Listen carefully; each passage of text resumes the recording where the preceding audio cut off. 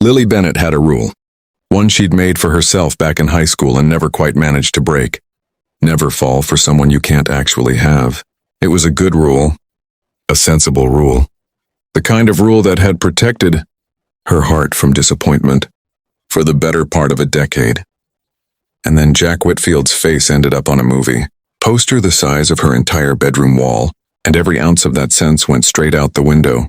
She was 24, working the closing shift at a small independent bookstore in Portland, Oregon, the kind of place with creaky wood floors and a cat that slept in the poetry section. Jack Whitfield wasn't a poet or a bookstore owner. He was, at that point, the single most famous actor in the country, fresh off 3 back-to-back blockbusters, the kind of face that ended up on magazine covers and coffee mugs and, in Lily's case, a life-sized promotional poster the studio had sent to the bookstore for an upcoming charity signing. Event that never actually happened. Some scheduling mix-up nobody ever fully explained.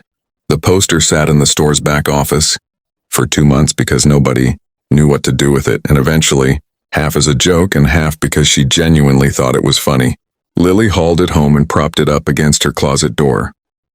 Her roommate Sophie thought it was hilarious. "You're basically living with a celebrity now," she'd said, laughing so hard she nearly choked on her wine. "Just don't fall in love with cardboard, Lily." Lily had rolled her eyes at the time. She hadn't meant for it to become a thing, but there was something almost embarrassingly comforting about coming home after a long shift to that same handsome, half-smiling face looking back at her.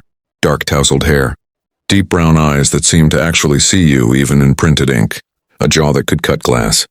She started talking to it, just little things at first. "Rough day," she'd mutter, tossing her bag on the bed. "You wouldn't believe the customer I had today." Over months, without really noticing it happening, that habit deepened into something a little more absurd, a little more tender. She'd tell the poster about her mother's diagnosis, about her fear of turning 25 and still not knowing what she wanted from her life, about the loneliness that crept in on Sunday nights when the apartment got too quiet. It was never really about Jack Whitfield, the actual person. It was about having somewhere, someone, to say the things out loud to, without judgment, without consequence, without anyone answering back and complicating things. A poster couldn't hurt you. A poster couldn't leave. She never expected the poster's real owner to walk into her life. It happened on an ordinary Tuesday evening in April. Lily was closing up the bookstore alone. The last customer's long gone. Rain tapping gently against the front windows the way it always did in Portland. She was reorganizing a shelf near the back when the bell over the door jingled. She assumed it was Sophie, who sometimes swung by after her shift at the coffee shop next door. "We're actually closed, but you can just," she started, turning around and stopped cold. Jack Whitfield was standing in the doorway of her bookstore. Rain-damp jacket, baseball cap pulled low, looking exactly like his poster and somehow entirely more human. More textured, more real than any printed image could capture. He looked almost sheepish, hands shoved in his jacket pockets. "Sorry," he said, voice a little rough, a little tired. "I saw the lights on. I know you're closing. I was actually looking for a specific book. If that's all right, my agent recommended it and every other store in town is out." Lily's brain short-circuited entirely. She managed something that might have technically qualified as words, gesturing vaguely toward the fiction section, and then, because her body apparently operated independently of her common sense that evening, she led him straight to the shelf, chatting the whole way about absolutely nothing. Some babbling nonsense about restock schedules that she was fairly certain he wasn't even listening to. He bought the book.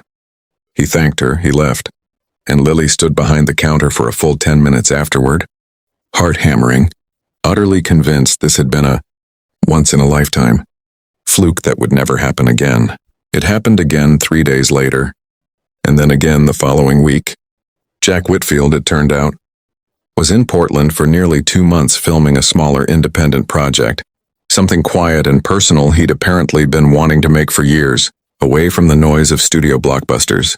He'd found her bookstore by accident and kept coming back.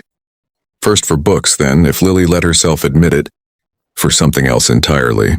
Their conversations got longer. He'd linger near the register, ask her opinion on novels, tell small, true things about himself that felt at odds with the glossy magazine version of him.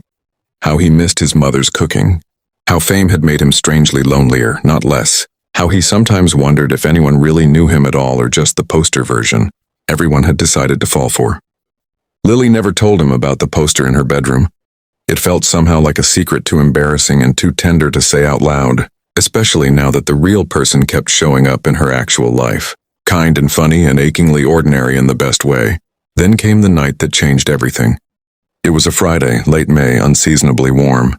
Lily had a rare night off and Sophie had convinced her to finally throw out, or at least relocate, the poster that had been standing sentinel in her bedroom for the better part of a year. "It's a little weird, Lily," Sophie had said gently over wine on the balcony. "Especially now that you're basically whatever this thing is with the actual him." Lily laughed it off but agreed. That night, a little tipsy on cheap Sauvignon Blanc, feeling nostalgic and strange, she went into her bedroom to take the poster down for good. She stood in front of it one last time, and something soft and sentimental rose up in her chest. Gratitude, almost, for the strange comfort this piece of cardboard had given her during a lonely year. On impulse, feeling foolish even as she did it, she leaned forward and pressed a quick kiss to the printed cheek, half laughing at herself, murmuring, "Thanks for listening to all my nonsense, I guess." "You're very welcome," said a voice from her bedroom doorway. Lily spun around so fast she nearly knocked the poster over. Jack Whitfield stood there, having let himself in with Sophie, who was covering her mouth with both hands, clearly torn between horror and hysterical laughter. He'd come by to surprise Lily with tickets to a show she'd mentioned wanting to see, and Sophie, not thinking, had waved him straight back to Lily's room. Lily wanted the floor to open up and swallow her whole. Her face went scarlet, and for several long seconds she genuinely could not produce a single word. Jack, to his credit, wasn't laughing at her.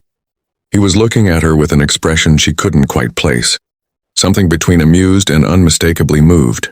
"How long has that been up there?" he asked quietly, nodding at the poster. "A year?" Lily admitted, voice barely above a whisper, wishing desperately she could disappear.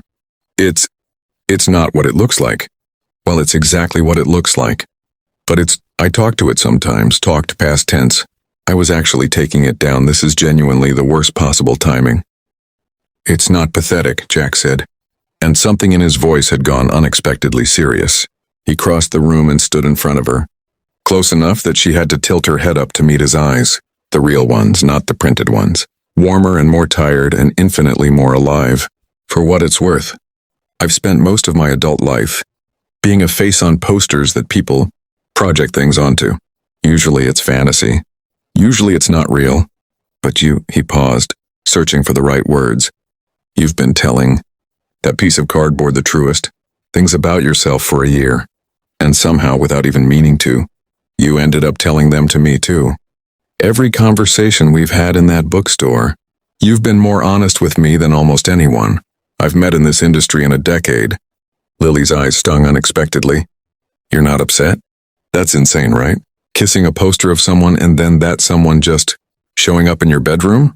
A slow, genuine smile spread across his face. Nothing like the practiced grin from movie premieres.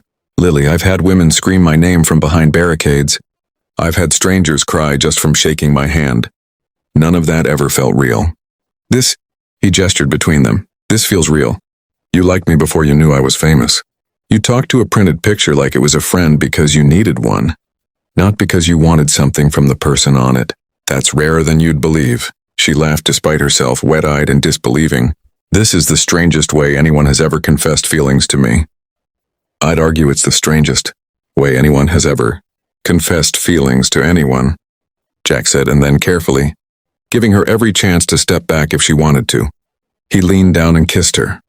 Not the poster, not the printed cardboard version standing forgotten against the closet door, but her, warm and real and trembling slightly with the impossibility of the whole evening. 6 months later, the poster still exists, though it's no longer standing sentinel in Lily's bedroom. It hangs slightly absurdly in the hallway of the apartment she now shares with Jack, a private joke between them that neither wants to give up, a strange and specific monument to the year she fell for a version of him before she ever knew the real one, and somehow ended up loving both. Their relationship isn't the tabloid fantasy people might expect. There are hard parts: the attention, the assumptions strangers make, the adjustment of a quiet bookstore life meeting. A very loud public one. But there are quiet mornings too, real ones where Jack makes coffee in Lily's small kitchen and asks about her day, the way no poster ever could answer back. And Lily has stopped needing cardboard to talk to, because she finally has someone who listens with his whole, complicated actual self. Sometimes late at night, she still glances at that poster in the hallway and laughs quietly to herself, remembering the mortification of that Friday evening. The kiss meant for cardboard that somehow found its way to something real instead. She used to think falling for someone you couldn't have was the safest kind of love, the kind that could never disappoint you because it was never real to begin with. She knows better now. The safest love isn't the one that can't hurt you. It's the one that shows up, rain damp and sheepish in your bedroom doorway, and chooses to stay anyway.